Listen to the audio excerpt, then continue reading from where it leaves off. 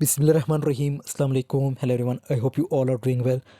आज का जो हमारा पोएम है that's about this is a photograph of me by Margaret Atwood. दोस्तों इस पोएम पे ऑलरेडी मेरी एक वीडियो बनी है जिसमें हमने मार्गरेट एटवुड की शॉर्ट बायोग्राफी और इस पोएम का जो हिस्टोरिकल कंटेक्स्ट है उसको डिस्कस किया था।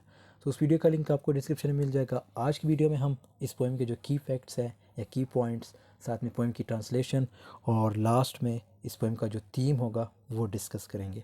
सो टाइम वेस्ट के बगैर लेट्स गेट स्टार्टेड। एनीवे, जो सबसे पहला पॉइंट है की पॉइंट्स में कि this is a photograph of me is the first poem of Margaret Atwood's poetry collection. तो ये एक फैक्ट है, एक पॉइंट है कि ये जो इसकी पोइट्री कलेक्शन थी द गेम सर्कल, उसमें सबसे पहला पोएम था the this is a photograph of me, sorry the circle game में, पब्लिश्ड इन 1964। और ये 1964 में पब्लिश हुआ था। This piece centres around a highly symbolic photograph. तो इसमें लाइक फ़ोटोग्राफ की बात की गई है। फर्स्ट लाइक जब आप इसको पढ़ेंगे तो आपको रियलाइज़ होगा कि एक ओल्ड फोटोग्राफ के बारे में बात बताया जा रहा है, लेकिन बाद में रियलिटी कुछ और होती है। तो लाइक इसके जो वर्क्स होते हैं मार्गरेट एटवुड के, इसमें परसेप्शन और वर्सेस रियलिटी की बात की जाती है। Margaret Atwood's this is a photograph of me is the feminist poem. तो ये एक फेमिनिस्ट पोएम है। और पिछली वीडियो में जैसे मैंने बात की थी कि ये कोर्स का नाम ही इंट्रोडक्शन टू वुमेंस राइटिंग है। सो इट मीन्स इसमें जो वुमेंस है उसके रिलेटेड जो उनके वर्क्स है उनकी बात की जाएगी। लाइक स्टार्ट में जब फीमेल लिखती थी तो उनके वर्क्स को ज़्यादा इंपॉर्टेंस नहीं दी जाती थी, चाहे वो जितना भी बेहतर लिखती थी, लेकिन इतनी इंपॉर्टेंस नहीं दी जाती थी। वक्त के साथ साथ टाइम जो है बदलता गया और इस तरह अब इनके वर्क्स को ज़्यादा इंपॉर्टेंस दी जाती है। Margaret Atwood's This is a Photograph of Me is a feminist poem that uses the extended metaphor of a downed woman to describe the way that women have historically been overlooked in society. Like इस poem में भी जो अगर देखा जाए तो इनके words, like I said, कि इनके वर्ड्स को ज़्यादा इंपॉर्टेंस नहीं दी जाती थी। मतलब मेल डोमिनेंट सोसाइटी होती थी जिसको हम पेट्रियार्कल सोसाइटी भी कहते हैं। The poem was included in the poets collection. ये अगेन वही पॉइंट जो यहाँ पे मेंशन है। This poem can be separated into two sections. इसको हम दो सेक्शंस में जो है लाइक डिवाइड कर सकते हैं according to the subject matter. Like the first part describing the image of the child contents three stanzas. मतलब पहले में जो है किसी इमेज, जो बच्चे का जो इमेज है उसको डिस्क्राइब किया जा रहा है पहले तीन स्टेंजाज में। As the poem taps on a tragic incident it does not have a rhyme scheme. इस पोएम का कोई राइम स्कीम नहीं है और स्पेसिफिक साउंड पैटर्न, कोई साउंड पैटर्न नहीं है। It is a free verse poem. ये एक फ्री वर्स पोएम है। फ्री वर्स का मतलब ये है जिसमें राइम स्कीम नहीं होती, विदाउट एनी राइमिंग लाइन्स। यहाँ पे मेंशन भी है कि बग़ैर जो राइमिंग लाइन्स हैं उसके बग़ैर जो पोएम लिखी जाती है उसको हम फ्री वर्स कहते हैं। The use of end stop lines makes this piece sound like a blank verse as well. तो इसमें एंड स्टॉप्ड लाइन्स जिसमें लाइक ये फुल स्टॉप वगैरह आ जाते हैं, तो ये यूज़ की गई है जिसको हम ब्लैंक वर्ड्स भी कह सकते हैं।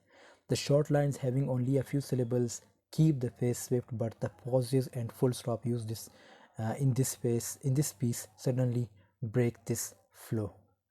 सो इसका मतलब ये है कि ये इस पोएम में या कुछ ऐसे लाइंस भी है, लाइंस तो नहीं है, मतलब एक वर्ड जो है बिल्कुल सेपरेट लिखा जाता है। तो आपको लगेगा कि एक लाइन है, लाइन नहीं होती है, जस्ट एक वर्ड होता है, क्योंकि लाइन का मतलब ये है कि जिसमें आप पूरे एक सेंटेंस लिखते हैं। और इसकी जो फ्लो होती है वो ब्रेक नहीं होती, क्योंकि इसके अगले डायरेक्ट जो है लाइक फुल स्टॉप नहीं होता, कोमा होता है, तो फ्लो जो है मेंटेन रहती है। This poem is spoken from the perspective of a first person point of view. First person point of view से जो है मतलब इसकी जो है परस्पेक्टिव से लिखा गया है। First person point of view से मतलब like I and we. It is an example of lyric poem. ये लिरिक पोएम की एक एग्जाम्पल है। Apart from that it does not have a specific metrical pattern. Readers can find a mixed use of iambic tragic matter along with some spondy and pyric beat. The speaker is passively exposed to the photograph in Atwood's poem. This is a photograph of me. Thematically, the title is passive. The first sentence is in passive voice. This is a photo others have taken of me. This is a history of me that others have created. The others are males who are active to make the history of females. अच्छा, बहुत important point है। जैसे इस poem का क्या नाम है कि this is a photograph of मी, तो ये कहती है कि ये जो पोएम है, अगर इसको, इसका जो टाइटल है वो पैसिव वॉइस में है, मतलब मेरी फ़ोटो ली गई है, किसने ली है, मेल ने ली है। और वो एक हिस्ट्री के तौर पे आपको रिप्रेजेंट की जा रही है। जब आप इसको पढ़ेंगे तो आप समझेंगे कि यार ये कोई हिस्ट्री है जो मैं पढ़ रहा हूँ, जो फीमेल की हिस्ट्री है। लाइक जो पिछले स्लाइड में मेंशन भी की गई थी, ये एक फेमिनिस्ट पोएम है। When other makes the history of female, then there comes the problem of precision and accuracy. In patriarchal, males are creating women's stories. तो इसमें यही बताया गया है कि पेट्रियार्कल सोसाइटी में क्या होता है कि मेल जो होते हैं ना, जो मर्द होते हैं, वो फीमेल की स्टोरीज़ बनाते हैं। The photograph was taken from some time ago. She has not specified the time. कि जो फ़ोटोग्राफ ली गई है वो बहुत पहले ली गई थी, लेकिन इस पोएम में टाइम मेंशन नहीं की गई कि फ़ोटोग्राफ कब, कैसे और कहाँ ली गई थी। The photograph is not clear. अब ये जब हम पोएम पढ़ेंगे तो एक फ़ोटोग्राफ के बारे में होगा, वो फ़ोटोग्राफ जो है क्लियर नहीं है। लाइंस आर ब्लर्ड, जो फ़ोटोग्राफ है वो ब्लर्ड है। And the light of the photograph has become dim, और उस पर एक किस्म की लाइट पड़ती है तो वो डिम लाइट होती है। Photograph stands for her history which is not clear. Photograph कहते हैं कि जो फ़ोटोग्राफ है वो इस हिस्ट्री के तौर पे जो है यूज़ किया गया है। आप कह सकते हैं कि एक सिंबल है, सॉरी मेटाफर है, जिसको यूज़ किया गया है लेकिन क्लियर नहीं है। अब हिस्ट्री ऑब्वियसली क्लियर नहीं थी, एग्जैक्ट हिस्ट्री आपको पता नहीं होती। Light stands for the creativity of the women, तो इसमें लाइक आई सेड के लाइट्स का भी जिक्र आएगा, जिस पे इसने क्या कहा है कि वो क्रिएटिविटी ऑफ द वुमेन के बारे में जो है स्टैंड करती है। If a women does some important work in society she is shadowed. अगर जो फीमेल है वो सोसाइटी में कोई अच्छा काम करती है, कोई अहम काम करती है, तो उसे जो है लाइक एक किस्म का मीन्स छाँव में रखा जाता है। Patriarchal ignores the contraction of females in the left hand corner there are branches of trees. ये पोएम से रिलेटेड जो है बताया गया है। खैर ये जब हम इसकी ट्रांसलेशन देखेंगे तो ये सारी चीज़ें मतलब ब्रांचेस ऑफ ट्रीज़ का क्या कंसेप्ट है, इसमें लेफ़्ट हैंड कॉर्नर का क्या कंसेप्ट है, ये हम ट्रांसलेशन में देखेंगे। These branches of the tree have emerge to the right hand, ये भी हम पोएम की ट्रांसलेशन में देखेंगे।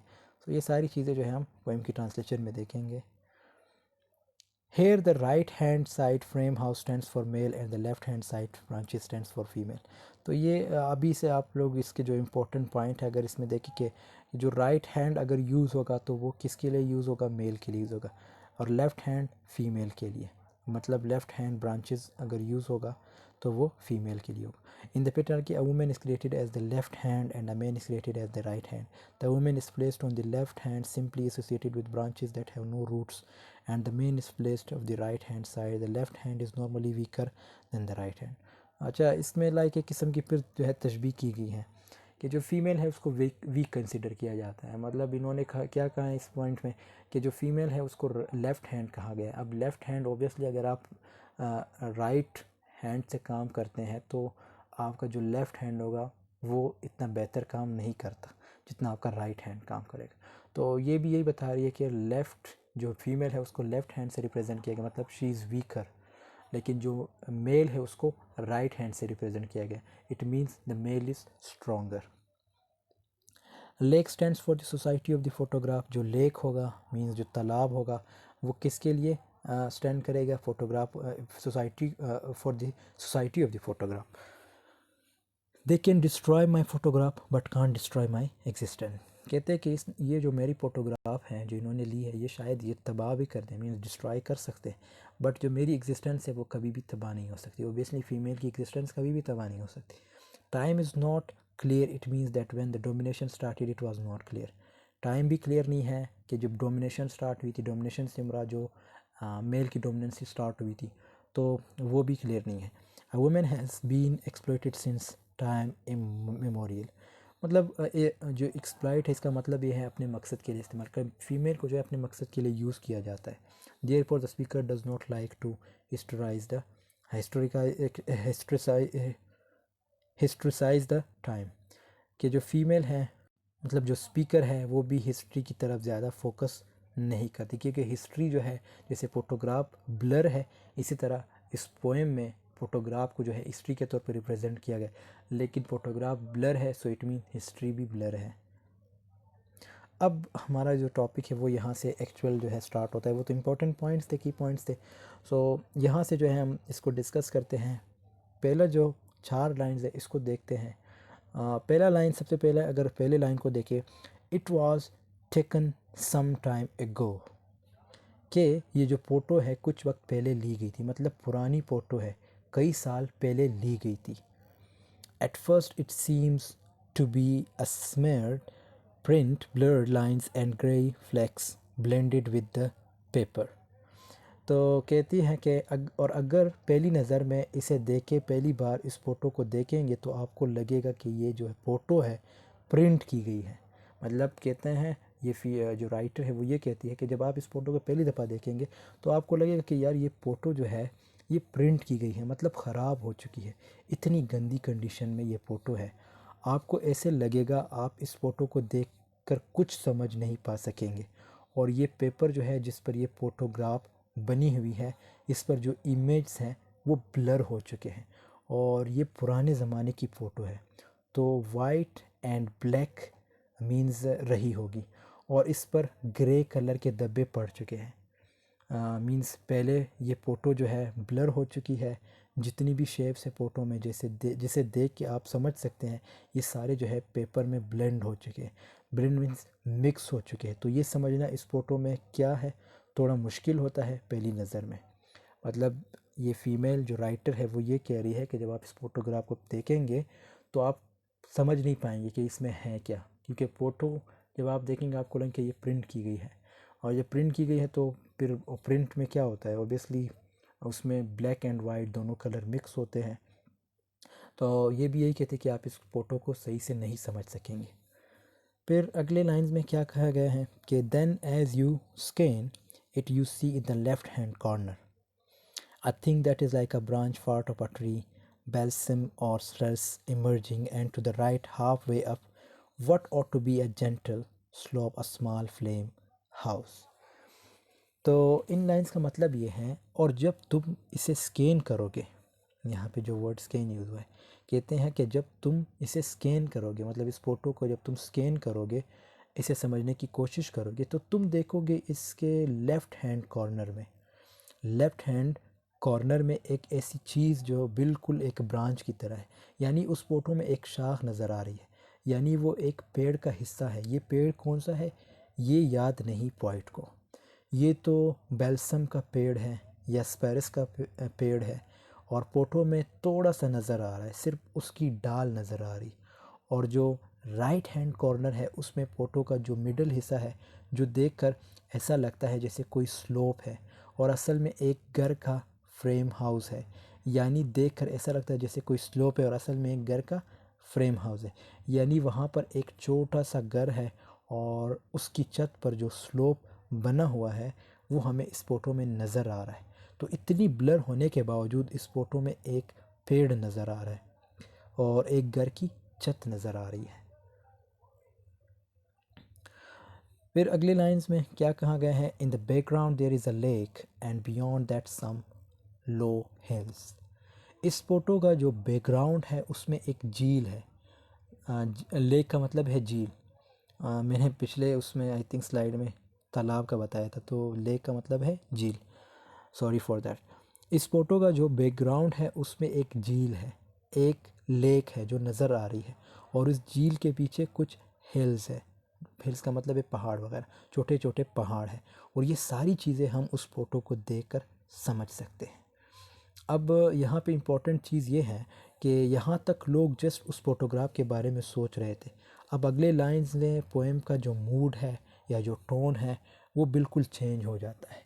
लाइक हमने जब इसके की पॉइंट डिस्कस किए थे उसमें भी मैंने यही बात बताई थी कि पहले जो 12 लाइन्स है या 13 लाइन्स है इसमें आप बिल्कुल ऐसे फील करेंगे ये सिंपल एक मतलब पिक्चर के बारे में बताया जा रहा है।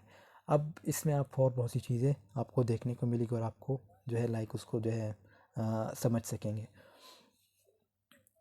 The photograph was taken the day after I drowned. इसका मतलब ये है कि ये फ़ोटो कब ली गई थी, जब मैं उस झील में डूब गई थी, मतलब उस लेक में डूब गई थी। उसके अगले दिन, यानी जो हमारी पॉइंट है, जो स्पीकर है, वो मर चुकी है और वो उस झील में डूब चुकी है और बता रही है कि मेरे डूबने के बाद ये फ़ोटो ली गई थी। मतलब ये बताया जा रहा है कि मैं मर गई हूँ, तो मेरे मरने के बाद ये फ़ोटो जो है ली गई है। I am in the lake in the centre of the picture just under the surface. इस फोटोग्राफ में भी आ, इस फोटोग्राफ में भी मैं भी हूँ, मतलब इस फोटोग्राफ में मैं भी हूँ। ये जो झील है मैं इसके अंदर हूँ, मैं डूब गई थी। और जो पिक्चर का बिल्कुल सेंटर वाला हिस्सा है उस जगह मैं हूँ, लेकिन मैं कहाँ हूँ? सरफेस के नीचे, यानी पानी का जो सरफेस है उसके जस्ट नीचे मेरी लाश है, वहाँ मैं हूँ। इस फोटोग्राफ का एक हिस्सा मैं भी हूँ और मेरी डेड बॉडी है, भले नज़र नहीं आ रही लेकिन मुझे पता है वहाँ पर है। मतलब जो मेरी डेड बॉडी है वो भले नज़र नहीं आती, मतलब आपको नज़र नहीं आएगी, लेकिन मुझे पता है कि मेरी जो डेड बॉडी है वो वहाँ है।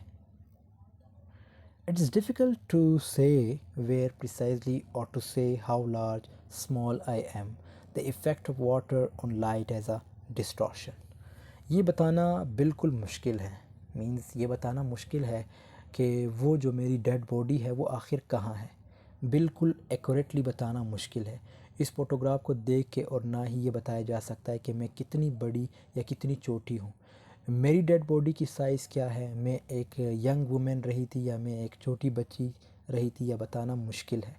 और उसका रीज़न क्या है कि पानी के रूबरू जो सनलाइट पड़ती है उससे एक तरह का डिस्टॉर्शन होता है, मतलब रिफ्लेक्शन की वजह से जब पानी पर लाइट पड़ती है तो हमें दिखाई नहीं देता।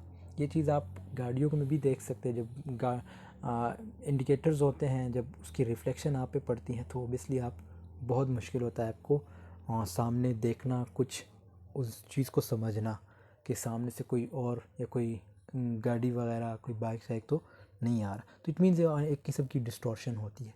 और यहाँ पे ये भी यही बताई जा रहे हैं, मतलब यही बता रही है कि जब लाइट पड़ती है तो हमें दिखाई नहीं देती, मीन्स एक किस्म का डिस्टॉर्शन होता है, मतलब रिफ्लेक्शन की वजह से जब पानी पर लाइट पड़ती है तो हमें दिखाई नहीं देता। लास्ट लाइन में क्या बताया गया है कि but if you look long enough eventually you will be able to see me. तो इसमें कहती है कि जब आप इसको गौर से देखेंगे, but if you look long enough eventually you will be able to see me, लेकिन अगर तुम फिर भी देखते रहो, थोड़ा वक्त दोगे, तो तुम आखिरकार मुझे ज़रूर देख पाओगे। मतलब मेरी डेड बॉडी तुम्हें ज़रूर मिल जाएगी।